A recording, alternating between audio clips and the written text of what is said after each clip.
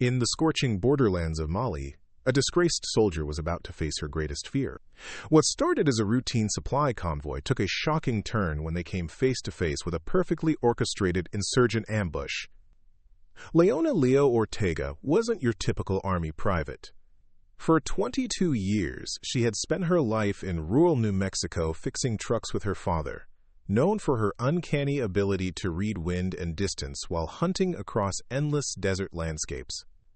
When she encountered enemy fighters preparing a devastating RPG attack, she had no idea she was walking into a moment that would define everything. Leo raised her standard-issue M4 carbine that would lead to an impossible 640-meter shot, a distance that should have been beyond her weapon's capability. What began as professional exile after freezing during training would become legendary redemption. The entire theater of operations would never be the same after one broken soldier proved that sometimes the most damaged instruments still point true north.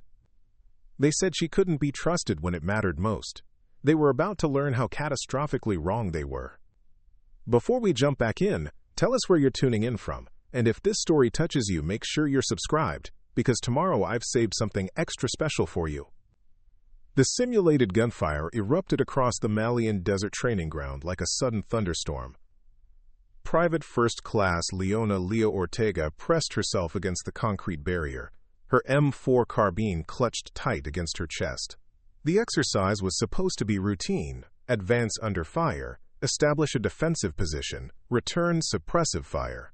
She'd done it dozens of times before, but something about this morning felt different. "Ortega, move your ass." Staff Sergeant Caleb Dunn's voice cut through the artificial chaos like a blade. "Lay down suppressive fire on that position." Leo's finger hovered over the trigger guard. The targets were clear, the angle perfect. Her training kicked in automatically. Sight alignment, breathing control, trigger squeeze. But her body wouldn't respond. The desert heat seemed to intensify, pressing down on her like a physical weight. Sweat stung her eyes despite the early hour. Seconds stretched into eternity.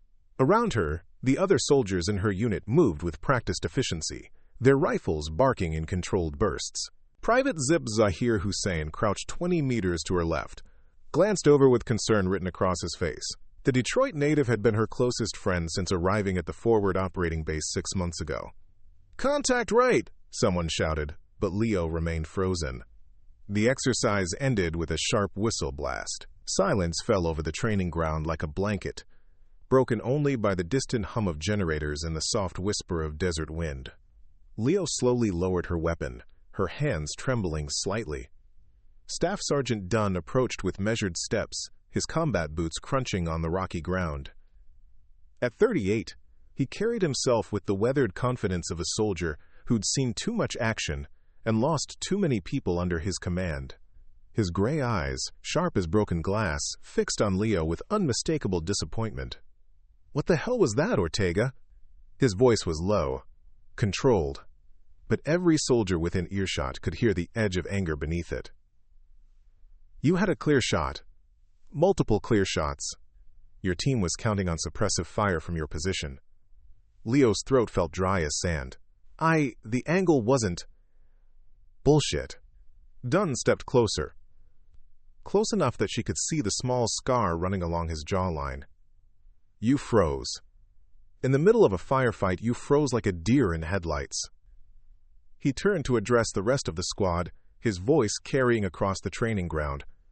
"This is what happens when soldiers don't trust their training, when they think too much instead of acting."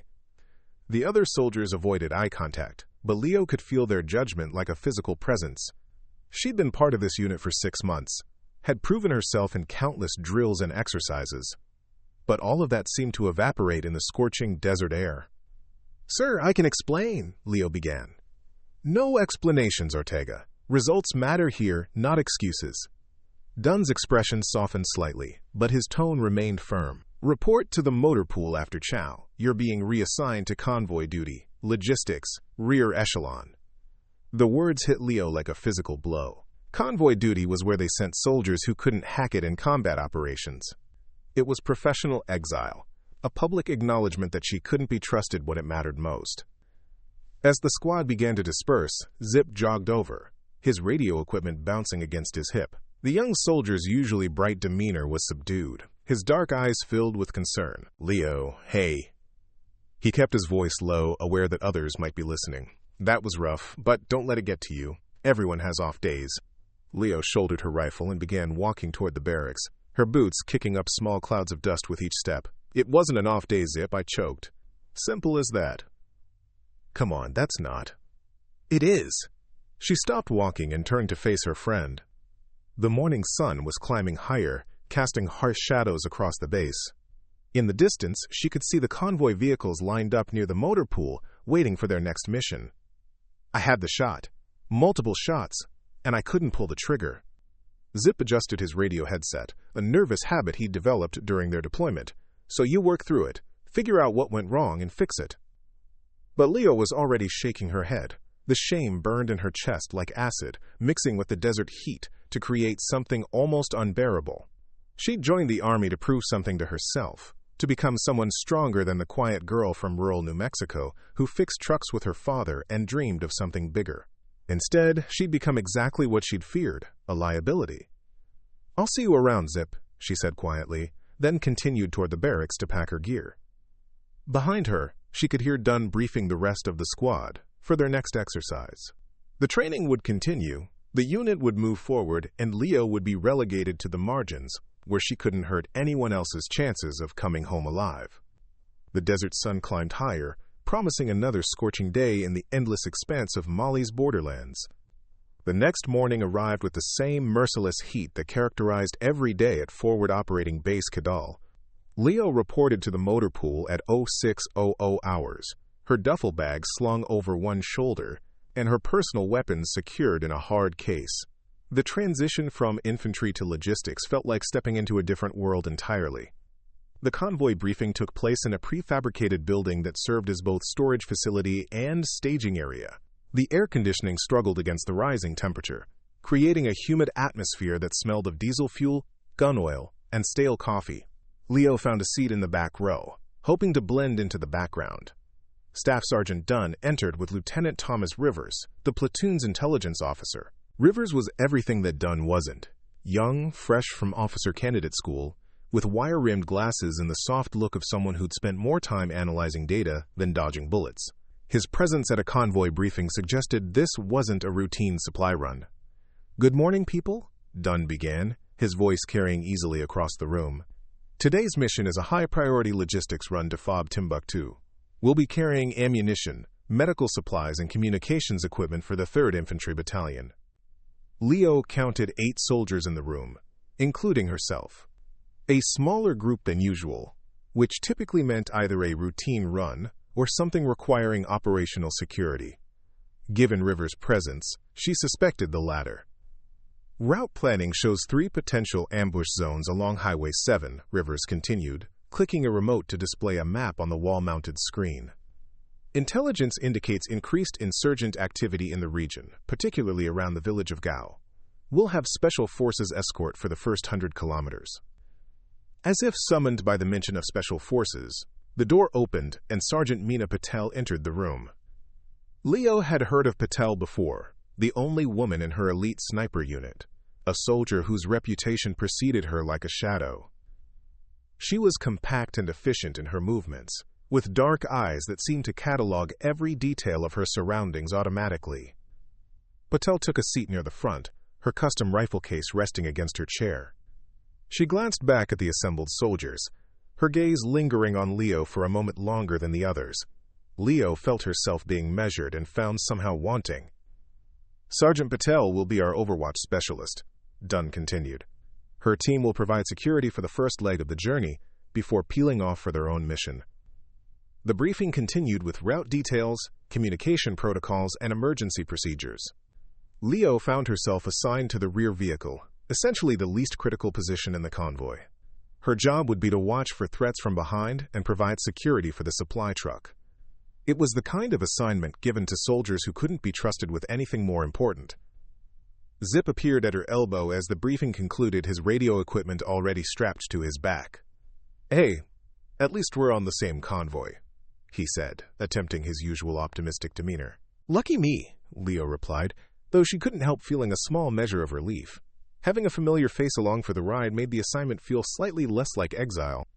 "Besides," Zip continued, reaching into his cargo pocket, "I got something for you." He produced a small compass, its metal case dented and the glass cracked across one corner. "Found it in the motor pool. Figured, since you're heading to the rear, you might need help not losing your way." Despite everything, Leo found herself smiling. It was such a quintessentially Zip gesture, turning a moment of professional humiliation into an opportunity for gentle humor. "Thanks," she said, accepting the broken compass. "I'll try not to get us lost." "That's the spirit." Zip adjusted his radio headset and checked his equipment one final time. "Besides, how dangerous can a supply run be? We'll be back by dinner, and you can put this whole thing behind you." As the soldiers began filing out to inspect their vehicles, Sergeant Patel approached Leo. Up close, she was even more intimidating. Not because of her size, but because of the intensity that radiated from her like heat from a furnace. "You're Ortega," Patel said. It wasn't a question. "Yes, Sergeant." "I heard about yesterday." Patel's expression gave nothing away. "Training incidents happen. The question is what you do about them." Leo wasn't sure how to respond. "I'm working on it, Sergeant." "Good." Patel shouldered her rifle case. "Because out there are no second chances.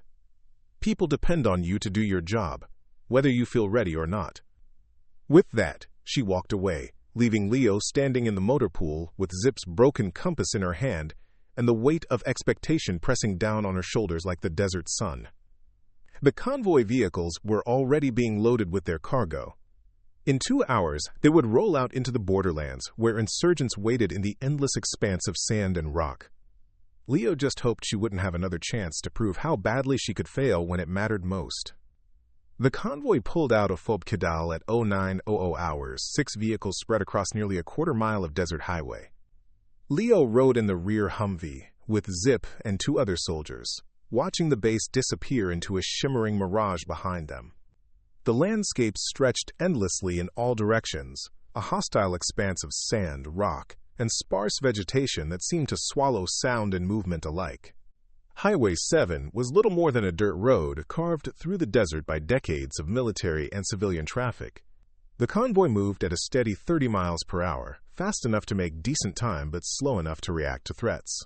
Leo's position in the rear vehicle gave her an unobstructed view of their back trail, where dust clouds marked their passage like breadcrumbs leading home. "Man, this place never changes," Zip said, adjusting his radio headset as he monitored multiple frequencies.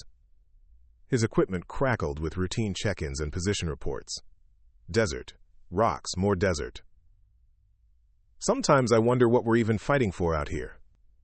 "Stability," replied Corporal Martinez, the vehicle commander. "Keep the bad guys from moving weapons and explosives across the border." "Right," Zip said, though his tone suggested he wasn't entirely convinced. "Hey, Leo, you see anything interesting back there?" Leo lowered her binoculars and shook her head. For the past hour, she'd been scanning their rear arc for signs of pursuit or observation. The discipline felt good after yesterday's failure. Simple, clear-cut, something she could do without overthinking. All clear, nothing moving except the dust we're kicking up. But that wasn't entirely true. Something about the landscape bothered her, though she couldn't put her finger on what. She'd grown up in rural New Mexico, helping her father repair ranch vehicles and equipment. The desert there had its own rhythm, predictable patterns of wildlife, vegetation, and human activity. This felt different. "Where are all the shepherds?" she asked suddenly. Martinez glanced back at her. "What do you mean?" "We've been driving for 2 hours. Haven't seen a single goat herder, no livestock, no locals at all." Leo raised her binoculars again, scanning the ridgelines on either side of the road. Yesterday's patrol reported regular contact with local civilians in this area. "Maybe they heard we were coming and decided to stay clear," Zip suggested, but his usual humor was absent. The radio crackled with Sergeant Patel's voice from the lead vehicle. "All stations. Approaching Checkpoint Alpha. Maintain spacing and stay alert." Checkpoint Alpha was nothing more than a widening in the road where previous convoys had stopped to conduct maintenance. As they approached, Leo noticed Staff Sergeant Dunn's vehicle pulling to the side. The convoy rolled to a halt, engines idling in the desert heat. Tire pressure check, Martinez explained, though he kept his rifle ready. Standard procedure at the halfway point. Leo climbed out of the Humvee and immediately felt the full weight of the desert sun. Even through her uniform and body armor, the heat was oppressive. She found a position where she could observe both their back trail and the surrounding terrain while the drivers conducted their inspections. Zip joined her, his radio still crackling with position reports. "You know what's weird?" he said quietly. "Radio chatter's been dead on the local frequencies. Usually we pick up farmer calls, cell phone conversations, something. Today it's like the whole area went silent." Before Leo could respond, she spotted movement on a ridgeline roughly 200 meters to their north. Sergeant Patel was climbing to an elevated position with her rifle, using the brief halt to establish overwatch. Even at distance, Leo could see the methodical way the sniper moved, each step calculated, every movement purposeful. "She's good," Zip observed, following Leo's gaze. "Heard she made a 1,000-meter shot in Afghanistan. One shot, one kill." Leo watched Patel reach the crest of the ridge and deploy her bipod. Through her binoculars, she could see the sniper scanning the terrain ahead with professional thoroughness. But something about Patel's body language suggested she wasn't finding what she expected to see. "Movement front." The call came from one of the drivers, but it was immediately followed by Dunn's voice on the radio. "False alarm, goat crossing the road." Leo adjusted her binoculars and spotted the animal, a single goat wandering aimlessly across the highway, clearly separated from any herd. It was the first sign of life they'd encountered all morning, and somehow that made it more unsettling rather than reassuring. "All right, people, let's mount up," Dunn called out. "Daylight's burning." As Leo climbed back into the Humvee, she caught sight of Patel still scanning from her elevated position. The sniper's rifle was tracking slowly across the horizon, methodical and precise. Then Patel's posture changed subtly, a stiffening of her shoulders that suggested she'd found something worth her attention. "Zip," Leo said quietly as their vehicle started moving again, "keep monitoring those radio frequencies. If something's about to happen, we might get some advance warning." "You think something's up?" Quote. Leo glanced back toward Patel's position, but the sniper was already moving down from the ridge to rejoin the convoy. The broken compass Zip had given her was in her cargo pocket, and she found herself touching it unconsciously, a strange talisman against an undefined threat. "I don't know," she said honestly, "but this whole area feels wrong." The convoy rolled deeper into the desert, 6 vehicles carrying supplies and soldiers toward an uncertain destination. Behind them, their dust trail continued to mark their passage across the hostile landscape. And somewhere ahead, in the shimmering heat and endless expanse of sand and rock, something waited in the silence. The first rocket-propelled grenade screamed out of the northern ridgeline like a meteor, trailing smoke and death across the desert air. It struck the lead Humvee with a thunderous explosion that sent shrapnel and debris cascading across the convoy. The vehicle lurched sideways, smoke pouring from its engine compartment as it ground to a halt.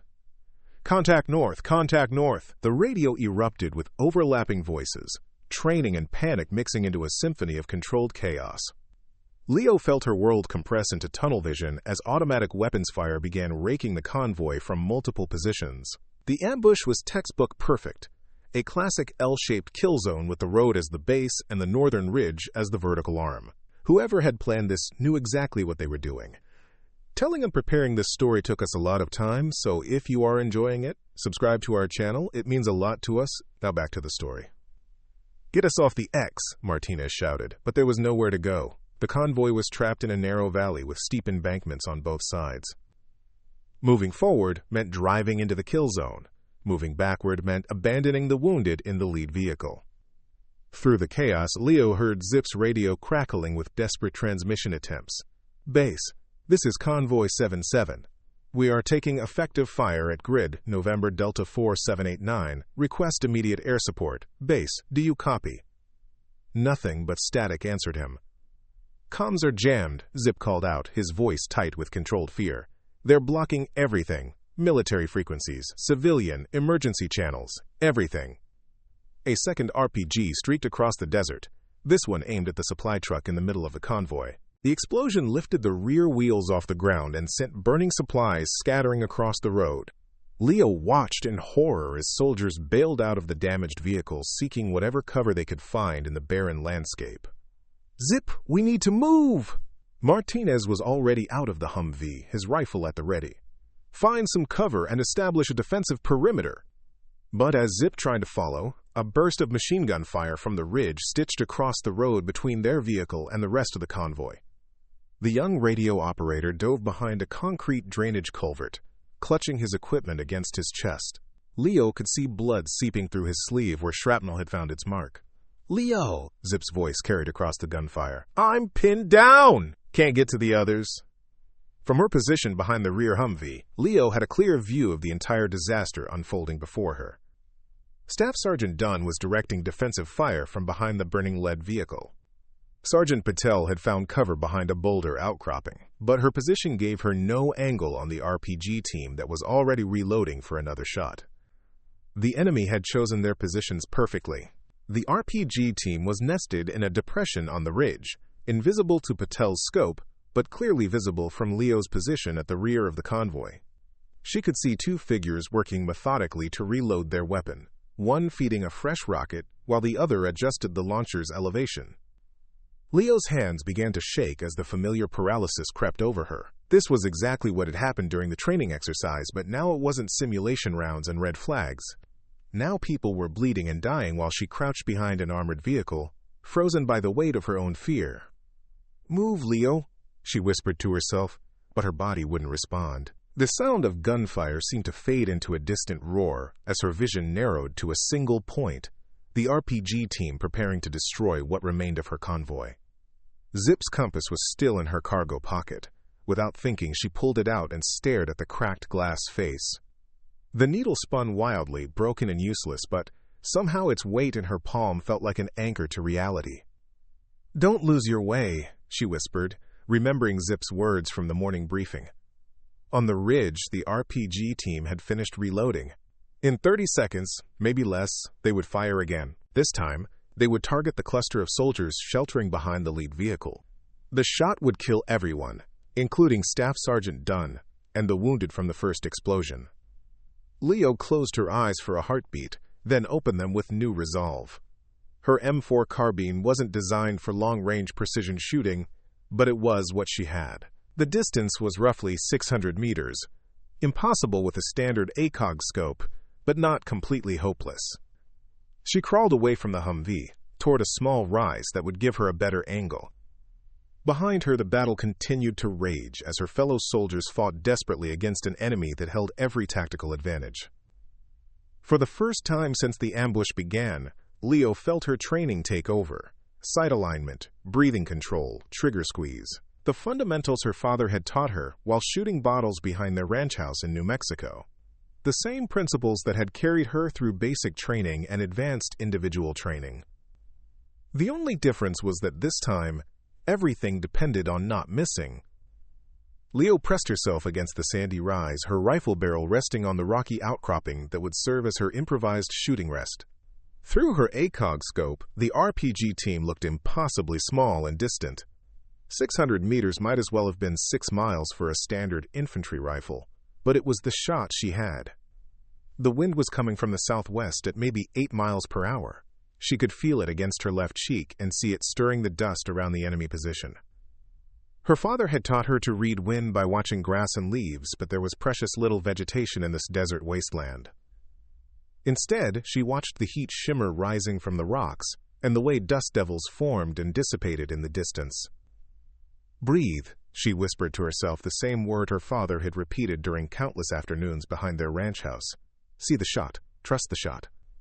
The RPG gunner was adjusting his weapon's elevation while his loader prepared the next rocket. Leo could see them clearly now. 2 figures in desert camouflage working with practiced efficiency. They had done this before, probably many times. American convoys were valuable targets, and these men knew exactly how to destroy them. Leo's hands steadied as muscle memory took over. The ACOG scope wasn't designed for this kind of precision work, but it would have to do. She centered the reticle on the RPG gunner's center mass, then adjusted for distance and wind. 600 meters meant the bullet would drop significantly, maybe 18 inches or more. The wind would push it left by at least 6 inches. She aimed high and right, trusting mathematics and instinct in equal measure. Behind her, the firefight continued with desperate intensity. She could hear Sergeant Patel's rifle barking in controlled pairs, but the sniper was still unable to get an angle on the RPG position. Staff Sergeant Dunn was coordinating return fire, but the convoy remained pinned down in the kill zone. "One shot," Leo breathed. "Make it count." The broken compass was still clutched in her left hand, its cracked face reflecting fragments of desert sunlight. Zip's joke had become something more, a reminder that even broken things could still point toward home. Through her scope, Leo watched the RPG gunner shoulder his weapon. He was aiming at the cluster of soldiers behind the lead vehicle, the same spot where Dunn was trying to coordinate their defense. The shot would be devastating. Leo's finger found the trigger. Her breathing slowed to match the rhythm her father had taught her. In, pause, out, pause, squeeze. The world narrowed to the circle of her scope, the crosshairs steady on the distant figure. The rifle bucked against her shoulder, the sound lost in the chaos of the larger firefight. For a split second, nothing seemed to happen. The distance was so great that she couldn't immediately see the impact. Then the RPG gunner jerked backward and toppled from his position, the unfired rocket launcher clattering down the rocky slope. His loader looked around wildly, trying to understand what had happened. There was no sniper visible from his position, no obvious source for the shot that had just killed his partner. Leo worked the charging handle and acquired the loader in her scope. The second man was already scrambling for the dropped weapon, but he was exposed and vulnerable. Leo's second shot caught him in the chest as he bent to retrieve the launcher. Both members of the RPG team were down. The immediate threat to the convoy was neutralized. For a moment that stretched like eternity, Leo remained motionless behind her rifle. The shot had been impossible. A standard M4 carbine engaging targets at 600 meters with iron sights and basic optics. But somehow, impossibly, it had worked. She had trusted her training, trusted her instincts, and for once in her military career, she had not frozen when it mattered most. The broken compass was warm in her palm as she prepared to engage the remaining enemy positions. This time, she would not lose her way. The death of the RPG team created a ripple effect across the ambush site that Leo could see and feel. The concentrated enemy fire began to waver as the insurgents realized their primary advantage had been eliminated. Without the rocket launchers to keep the convoy pinned in the kill zone, the tactical situation shifted dramatically.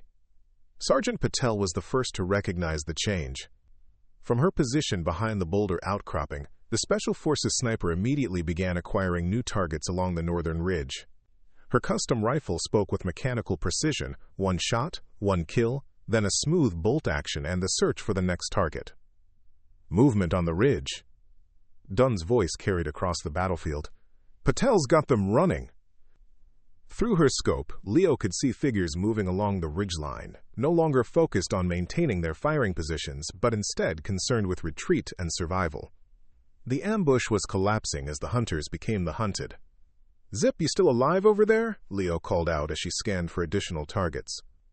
"Still breathing," came the reply from behind the concrete culvert. "Radio's damaged, but I'm working on jury-rigging a backup transmitter. Might be able to get a signal out on emergency frequencies." Leo smiled despite the situation. Trust Zip to find a technological solution to their communications problem. The young soldiers' ingenuity had saved them more than once during their deployment. A new voice joined the radio chatter, distant but growing stronger. "Convoy 77. This is Apache 24. We're inbound to your position, popping smoke for identification." Dunn immediately responded, "Apache 24. This is Convoy 77 actual. We are taking effective fire from grid November Delta 4789.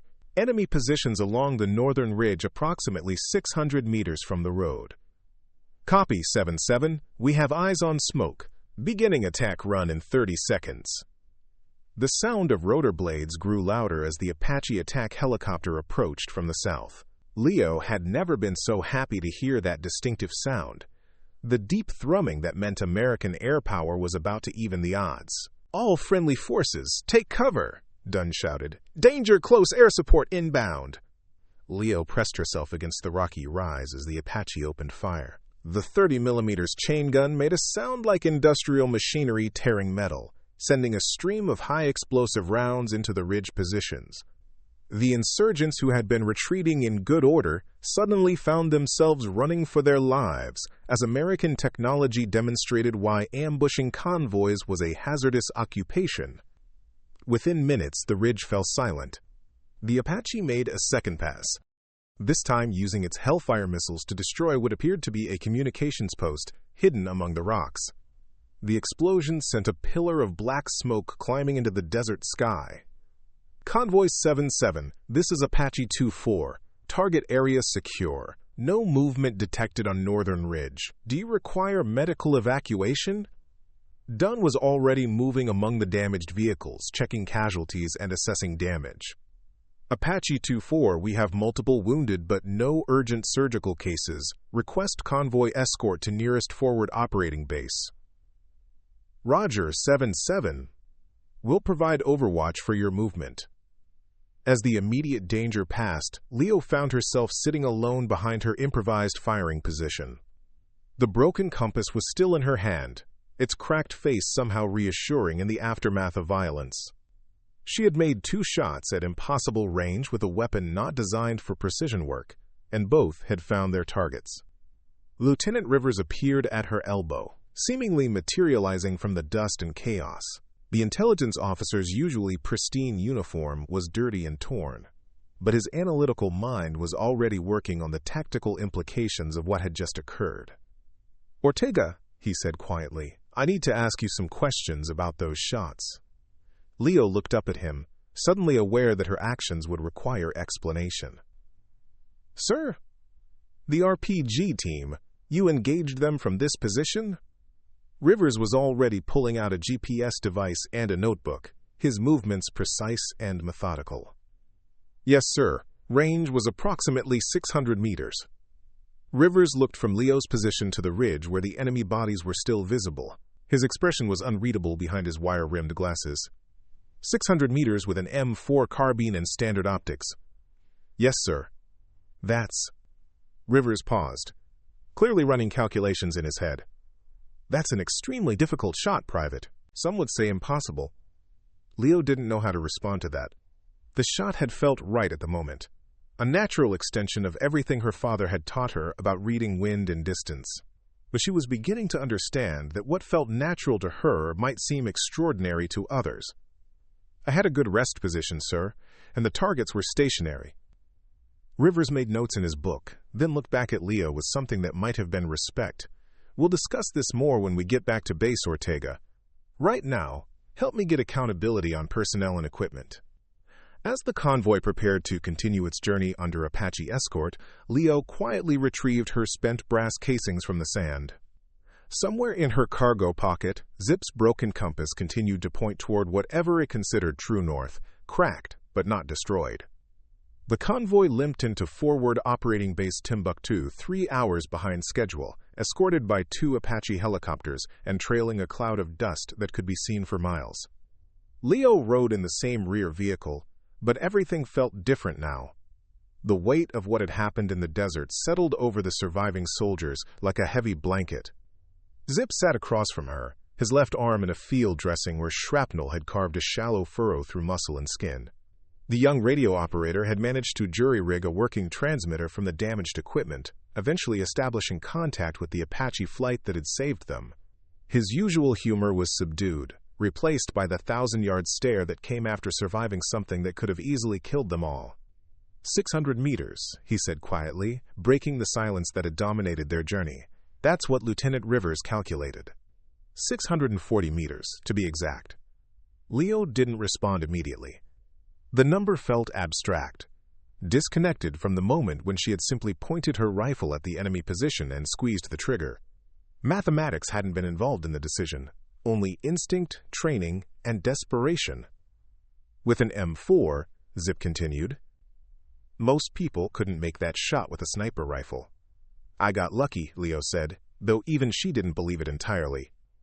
The medical station at FOB Timbuktu was a bustle of controlled activity as the convoy's wounded were triaged and treated. Leo watched from a distance as corpsmen worked on soldiers who had been riding in the lead vehicle when the first RPG struck. Burns, shrapnel wounds, concussions. The toll could have been much worse, but it was still sobering to see.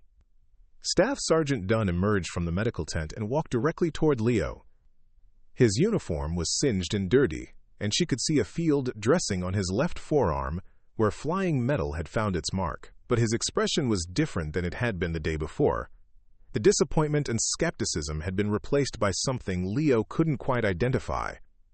"Ortega," he said, stopping directly in front of her. "Walk with me." They moved away from the motor pool and the activity surrounding the damaged vehicles. The late afternoon sun was beginning to set behind the western mountains, painting the sky in shades of orange and red that reminded Leo of sunsets back home in New Mexico. "Tell me about the shot," Dunn said without preamble. Leo organized her thoughts carefully. 2 targets on the northern ridge, range approximately 600 meters. Wind from the southwest at 8 to 10 miles per hour. I estimated bullet drop and windage, acquired targets through my ACOG scope, and engaged. Just like that? Just like that, Sergeant. Dunn stopped walking and turned to face her. "Do you understand what you did out there?" Leo wasn't sure how to answer.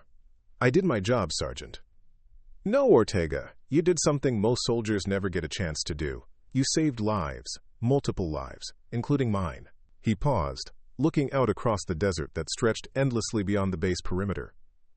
"That RPG team had us dead to rights. Another 30 seconds and they would have wiped out half the convoy." The weight of his words settled over Leo like a physical presence. She had been so focused on overcoming her own fear and shame that she hadn't fully considered the larger implications of her actions. "I was wrong about you," Dunn continued. "Yesterday, after the training exercise, I thought you were a liability, someone who couldn't be trusted when it mattered. I was wrong." Before Leo could respond, Sergeant Patel approached from the direction of the communications center. The Special Forces sniper moved with her characteristic efficiency, but there was something different about her demeanor as well. "Ortega," Patel said simply, then handed Leo a clean cloth. "You'll need this." Leo looked down at the cloth, confused. "Sergeant?" "For cleaning your rifle," Patel explained. "A weapon that makes shots like that deserves proper maintenance." It was a small gesture, but coming from a soldier of Patel's caliber, it carried enormous weight. Leo accepted the cloth with something approaching reverence. "Thank you, Sergeant." Patel nodded once, then walked away without another word. But the message was clear. Leo had earned a measure of respect from one of the most elite soldiers in the theater of operations. As darkness fell over the forward operating base, Leo found herself on the rifle range, methodically cleaning her M4 carbine. The weapon that had been considered inadequate for precision work had somehow delivered 2 perfect shots when everything depended on it. Zip joined her as she worked, his injured arm in a proper sling now that the medics had finished with him. "So what happens now?" he asked. Leo looked up from her rifle, then out across the desert where stars were beginning to appear in the clear night sky. Tomorrow would bring new missions, new challenges, new opportunities to prove herself. But tonight, for the first time since arriving in Mali, she felt like she belonged exactly where she was. "Now we get ready for the next convoy," she said simply. The broken compass was still in her cargo pocket, its cracked face hidden, but not forgotten. Sometimes the most damaged instruments still pointed toward true north. You just had to trust them to find the way. The debriefing took place in the command center at FOB Timbuktu, a sterile room dominated by maps, communication equipment, and the constant hum of air conditioning struggling against the desert heat. Leo sat at a metal table facing Colonel Patricia Hayes, the base commander, along with Lieutenant Rivers and Staff Sergeant Dunn. The fluorescent lights cast harsh shadows across their faces, making the meeting feel more like an interrogation than a routine after-action report. Colonel Hayes was a career infantry officer with 22 years of service and the weathered look of someone who had commanded soldiers in multiple combat deployments. Her steel-gray hair was pulled back in a regulation bun, and her pale blue eyes held the kind of intensity that came from making life-and-death decisions on a regular basis. She studied the preliminary report that Rivers had prepared, occasionally glancing up at Leo with an expression that was impossible to read.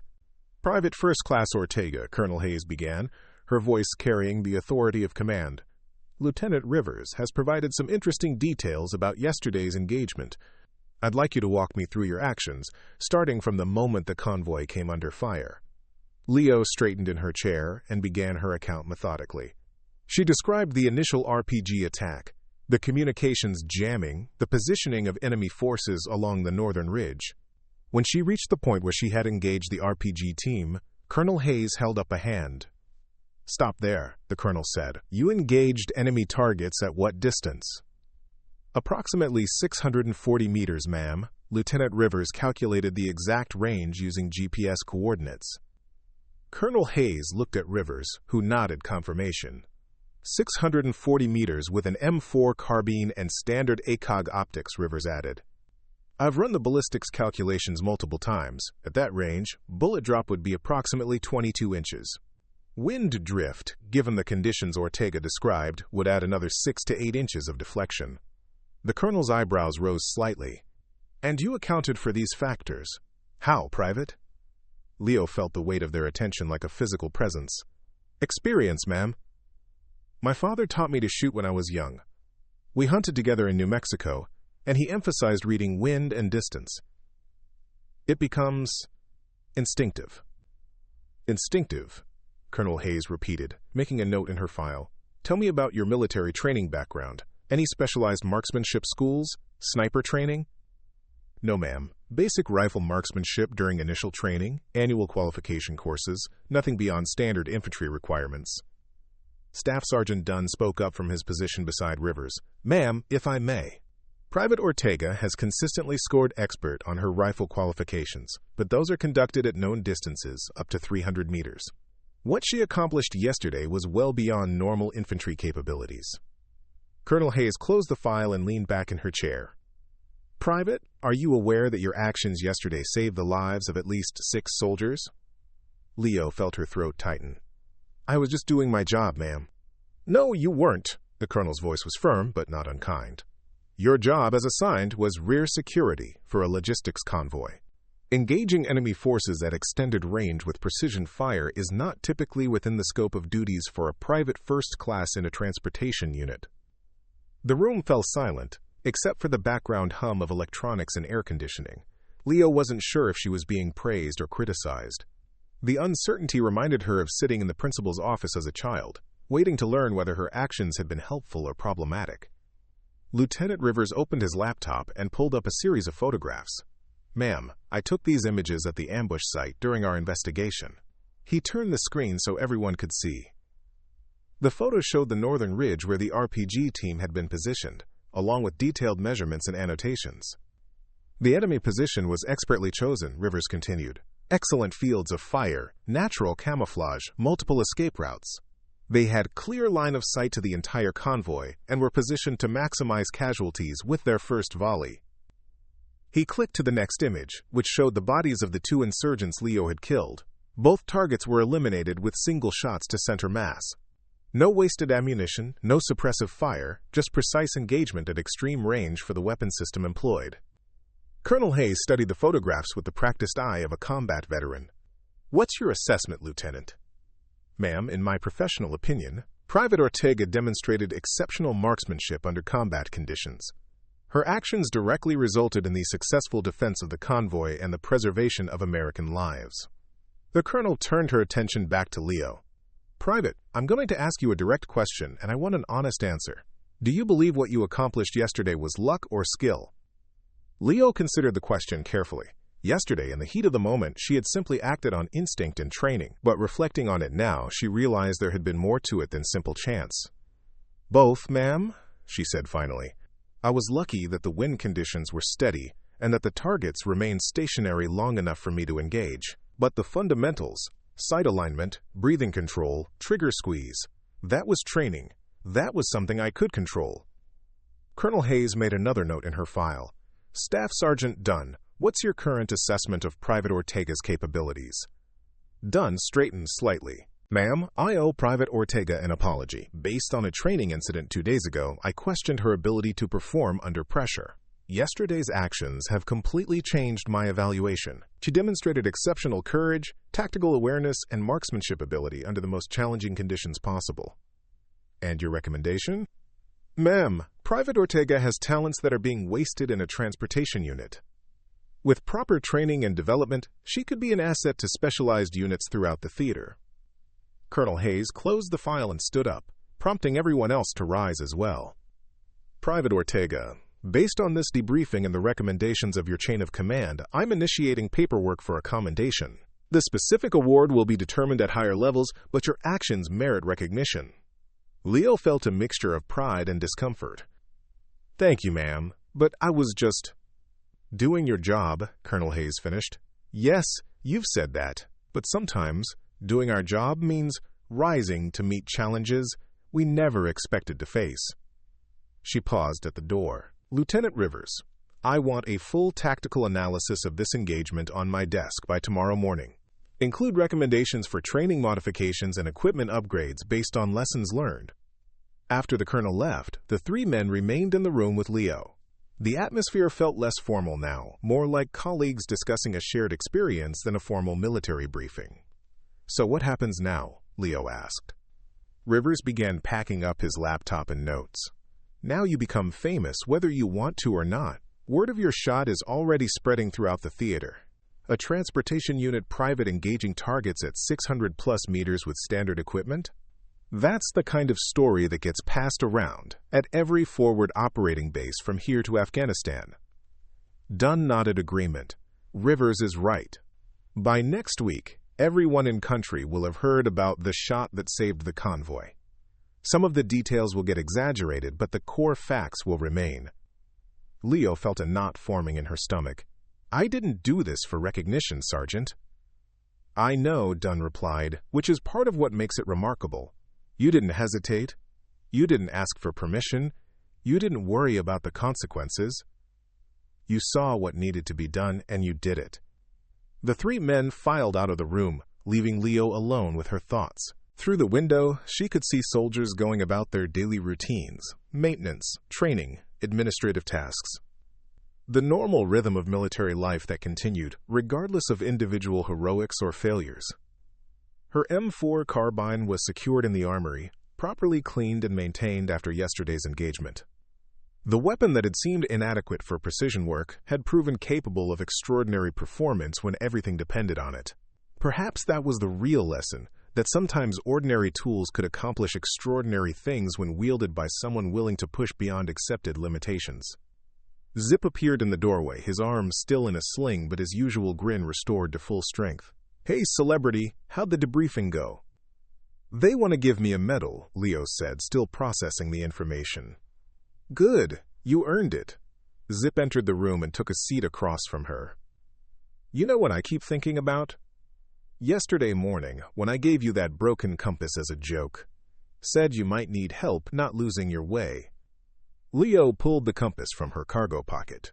The cracked glass face reflected the fluorescent lights overhead, but the needle still pointed steadily north, despite its damaged condition. Turns out it works just fine, she said quietly. Yeah, Zip agreed. Funny how broken things sometimes work better than you expect. Outside the window, the desert sun was beginning its descent toward the western horizon. Tomorrow would bring new missions, new challenges, new opportunities to prove herself. But for the first time since arriving in Mali, Leo felt like she knew exactly where she was headed. The broken compass had shown her the way home to herself. 3 weeks later, Leo found herself back at Forward Operating Base Kidal, reassigned to her original unit but with a completely different reception than she had received after the training incident. Word of the convoy ambush had indeed spread throughout the theater, just as Lieutenant Rivers had predicted. Soldiers who had never spoken to her before now nodded respectfully when she passed. Some even asked for shooting tips, as if proximity to her might somehow transfer her marksmanship abilities. The attention made her uncomfortable. She had always preferred to blend into the background, to be competent but unremarkable. Now she found herself the subject of conversations that stopped when she entered a room, the focus of curious stares from soldiers who wanted to see the private who had made an impossible shot. Staff Sergeant Dunn found her on the rifle range 3 days after her return, methodically working through a standard qualification course with her usual precision. She was alone, having arrived early to avoid the crowds that now seemed to follow her everywhere. The morning air was still cool, though the desert sun promised another scorching day ahead. Mind if I join you? Dunn asked, setting his own rifle case down beside the firing line. Of course not, Sergeant. Leo finished her current string of fire, and made her weapon safe before turning to face him. Their relationship had changed significantly since the ambush, but she still felt uncertain about the new dynamic between them. Dunn set up his own target and began preparing his rifle, a process he conducted with the methodical care of a soldier who had learned that proper equipment maintenance could mean the difference between life and death. They fired in companionable silence for several minutes, the crack of rifle fire echoing across the empty range. "I've been thinking about what happened out there," Dunn said during a ceasefire to check targets. "Not just the shot, but everything that led up to it." Leo pulled her target forward and examined the tight group of holes clustered around the bullseye. "What do you mean, Sergeant?" "The training incident, when you froze during the exercise." Dunn's own target showed respectable accuracy, though not quite as precise as Leo's. "I've been reviewing the after-action reports, trying to understand what happened." Leo felt the familiar shame begin to rise in her chest. "I choked, Sergeant. Simple as that." No, it wasn't simple at all. Dunn reset his target and returned to the firing line. "You want to know what I think happened?" "I think you were overthinking the situation, analyzing every variable instead of trusting your instincts." "And during the ambush?" "During the ambush, you didn't have time to overthink. You saw what needed to be done, and you did it. No second-guessing, no self-doubt. Just action based on training and natural ability." They resumed firing, but Leo found herself distracted by Dunn's words. She had never considered that her tendency toward careful analysis might sometimes be a liability rather than an asset. "I have something to discuss with you," Dunn said as they finished the qualification course. "Command has approved a transfer request. You've been offered a slot in the Army Marksmanship Unit's Advanced Training Program." Leo's hand stilled in the process of cleaning her rifle. "What does that mean exactly?" "It means sniper school, Ortega. Full training pipeline, starting with a basic course at Fort Benning and potentially advancing to specialized roles with special operations units." Dunn's expression was serious. "It's an opportunity that most soldiers would kill for." The offer hung in the air between them like a physical presence. Leo had never considered herself sniper material. That was a role for elite soldiers like Sergeant Patel, not transportation unit privates who sometimes froze under pressure. "Why me?" she asked. "Because you have something that can't be taught," Dunn replied.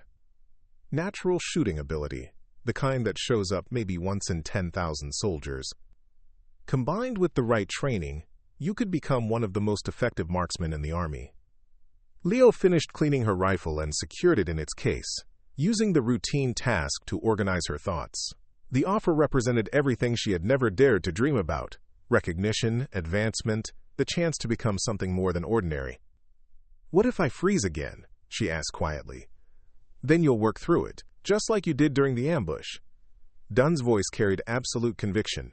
"Ortega, you've already proven you can perform under the worst possible conditions. Everything else is just training." Before Leo could respond, Sergeant Patel appeared at the edge of the firing line. The Special Forces sniper moved with her characteristic silent efficiency, carrying her custom rifle case and wearing the confident expression of someone who belonged exactly where she was. "Am I interrupting something?" Patel asked. "Actually, your timing is perfect," Dunn replied. "I was just telling Private Ortega about the marksmanship training opportunity." Patel set down her equipment and studied Leo with those calculating eyes that seemed to measure everything in terms of tactical advantage. "Sniper school?" "That's right." "Good." Patel began setting up her own gear with practiced efficiency. "She has the fundamentals. With proper training, she could be exceptional." The endorsement from someone of Patel's caliber carried enormous weight. Leo found herself considering the possibility that maybe, just maybe, she could succeed in such a demanding program. "I'd like to think about it," Leo said finally. "Of course," Dunn replied. "Take your time. But don't take too long. Opportunities like this don't come around often." As Dunn gathered his equipment and headed back toward the main base, Patel continued her rifle preparation. Leo found herself reluctant to leave, curious about the elite soldier who had become an unexpected source of support. "Can I ask you something, Sergeant?" Leo said. "Go ahead." "Do you ever doubt yourself? During a mission, I mean." Patel looked up from her rifle, those dark eyes focusing on Leo with new intensity. "Every single time. Doubt is what keeps you sharp, Makes you check and double-check every detail. The difference between good snipers and dead ones is learning to function despite the doubt. How do you do that? Practice. Repetition until the fundamentals become automatic. And trust in your training when everything else falls apart.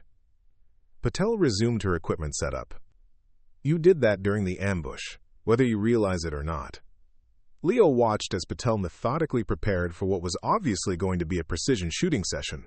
The sniper's movements were economic and purposeful, every action contributing toward a specific goal. Would you be willing to work with me? Leo asked impulsively. Informally, I mean, while I'm deciding about the training program. Patel paused in her rifle assembly and looked at Leo with something that might have been approval. Range training or tactical application? Both, if you're willing. 0600 hours tomorrow morning.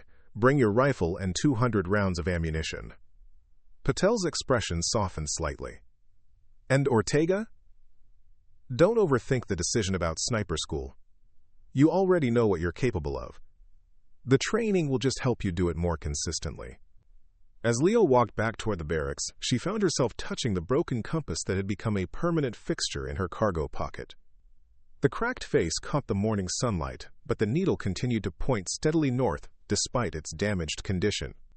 Maybe that was the real lesson Zip had intended when he gave her the compass as a joke. Sometimes the most damaged instruments could still find true north. You just had to trust them to show the way forward, cracks and all. The decision about sniper school could wait until tomorrow. Tonight, she would clean her rifle one more time and dream about possibilities she had never dared to imagine. 6 months later, the desert sun beat down on the rifle range at Forward Operating Base Kidal with the same merciless intensity that had characterized Leo's first days in Mali. But everything else had changed in ways she could never have anticipated when she first arrived as a private first class with more self-doubt than confidence. Leo stood behind the firing line wearing the chevrons of a specialist, watching a group of newly arrived soldiers work through their basic marksmanship training. Her role as assistant instructor had developed organically after she declined the sniper school opportunity, a decision that had surprised everyone, including herself. "Keep your breathing steady," she called out to a young private who was struggling with the fundamentals. "The rifle will fire when it's ready. Don't force the shot." The private, Johnson from Mississippi, barely 19 years old, nodded and reset his position. Leo could see the tension in his shoulders, the white-knuckle grip on his rifle that indicated he was trying too hard to force precision rather than allowing it to develop naturally. "Specialist Ortega," Johnson said during a ceasefire, "is it true what they say about you making a 600-meter shot with an M4? Leo finished noting his scores on her clipboard before answering. "What matters is learning to make consistent shots at the ranges you're qualified for. Master the fundamentals first. Everything else comes later." It was the same answer she gave to all the soldiers who asked about the shot that saved the convoy. The story had indeed taken on a life of its own, growing with each retelling, until some versions had her engaging targets at impossible ranges with impossible accuracy. Leo preferred to redirect those conversations toward practical training that would actually help the soldiers survive their deployments. Sergeant Patel approached the firing line as the morning training session was concluding. The Special Forces sniper had become not just a mentor but a friend over the past 6 months, one of the few people who understood the peculiar burden of being known for a single moment of extraordinary performance. "How are the new arrivals progressing?" Patel asked, watching the soldiers clean their weapons and police up brass casings. "Johnson has potential once he learns to relax. Martinez is solid but needs work on wind reading. Thompson," Leo paused, considering. "Thompson might be hopeless." Patel smiled at the honest assessment. "Not everyone is cut out for precision shooting. Some soldiers are better suited for other roles." "That's what I'm learning." Leo secured her teaching materials and prepared to head back to the main base. "It's harder to teach than I expected. Knowing how to do something and knowing how to explain it to someone else are completely different skills." "You're figuring it out," Patel replied. "The soldiers respect you because they know you've been where they are. You understand the fear, the self-doubt, the pressure to perform." As they walked across the range, Leo reflected on the unexpected path her military career had taken. The offer to attend sniper school had been tempting, but ultimately she had realized that her true calling lay in helping other soldiers discover their own capabilities, rather than pursuing elite recognition for herself. Staff Sergeant Dunn, recently promoted to Sergeant First Class, met them at the range office. His relationship with Leo had evolved from skeptical supervisor to trusted mentor, though he still occasionally expressed bewilderment at her decision to turn down advanced training opportunities. "How did today's session go?" he asked. "Good progress overall," Leo replied, "though I think we need to spend more time on basic positions before moving to intermediate ranges." "Your call," Dunn said. "You've proven yourself as an instructor. Command has been getting positive feedback from soldiers who've been through your training." It was true. Over the past 6 months, Leo had developed a reputation as someone who could help struggling marksmen find their confidence and improve their scores. Her approach emphasized patience, repetition, and building on small successes, rather than expecting dramatic improvements overnight. Zip appeared in the doorway, walking without his cane for the first time since the ambush. The young soldier had recovered fully from his injuries and was preparing to rotate back to the United States for his next assignment. His infectious optimism had never fully returned. The convoy attack had left its mark on all the survivors, but he remained Leo's closest friend on the base. "Hey, celebrity instructor," he said with a grin that was only slightly forced. "Ready for the farewell dinner tonight?" Leo nodded. Several of the convoy survivors were rotating out over the next few weeks, marking the end of their shared experience in Mali. The bonds formed during combat were different from ordinary friendships. Deeper, more significant, but also more fragile. "I still can't believe you turned down sniper school," Zip continued. "I mean, you could have been the next Carlos Hathcock or something." "Carlos Hathcock never had to teach Private Thompson how to hit a target at 50 meters, Leo replied dryly. "Trust me, that requires more patience than any sniper mission."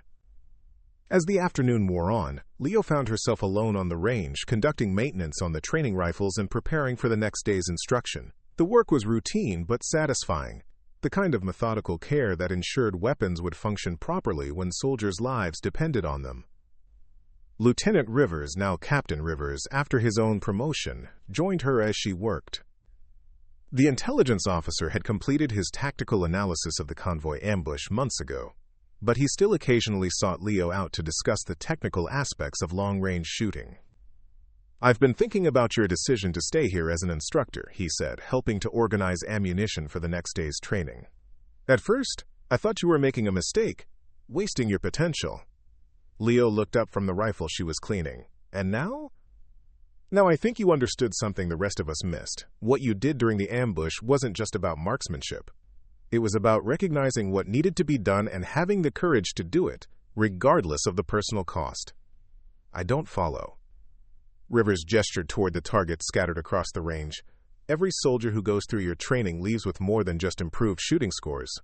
They leave with confidence, with the knowledge that someone believes in their ability to succeed. That's a different kind of marksmanship, hitting targets that matter in ways that can't be measured on a scorecard." As the sun began to set behind the western mountains, Leo climbed to her favorite observation point overlooking the base. From this position, she could see the entire installation spread out below: the barracks, the motor pool, the command center, where decisions were made that affected soldiers' lives across the theater of operations. The broken compass was still in her cargo pocket, its cracked face reflecting the last light of day. The needle continued to point north with unwavering consistency, proof that even damaged instruments could maintain their essential purpose. 6 months ago, she had been a private first class known primarily for freezing during a training exercise. Today, she was Specialist Ortega, marksmanship instructor and informal mentor to soldiers who needed someone to believe in their potential for success. The transformation hadn't happened overnight, and it hadn't followed the path that anyone would have predicted, but it had been real, built on small victories and daily choices to trust her instincts rather than her fears. Tomorrow would bring new challenges. More soldiers to train, more fundamentals to teach, more opportunities to help someone discover capabilities they didn't know they possessed. The work wasn't glamorous, and it wouldn't earn her a place in military history books. But it was her work, chosen freely, and performed with the same precision she had once applied to an impossible shot across a desert kill zone. And that, Leo realized as the desert stars began to appear overhead, was exactly where she belonged. The broken compass spun slightly in the evening breeze, then settled back to true north. Some directions, once found, never changed, no matter how many cracks appeared along the way. In the distance, she could hear the sound of soldiers preparing for another night in the endless expanse of Molly's borderlands. Tomorrow, some of them would face their own moments of truth, their own opportunities to prove that ordinary people could accomplish extraordinary things when everything depended on making the right choice.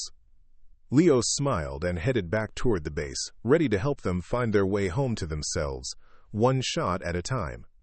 Up next, we have 2 more incredible stories that are waiting for you. Just click the image you want to watch, and it will take you there. If you enjoyed this video, make sure to subscribe. It would mean a lot.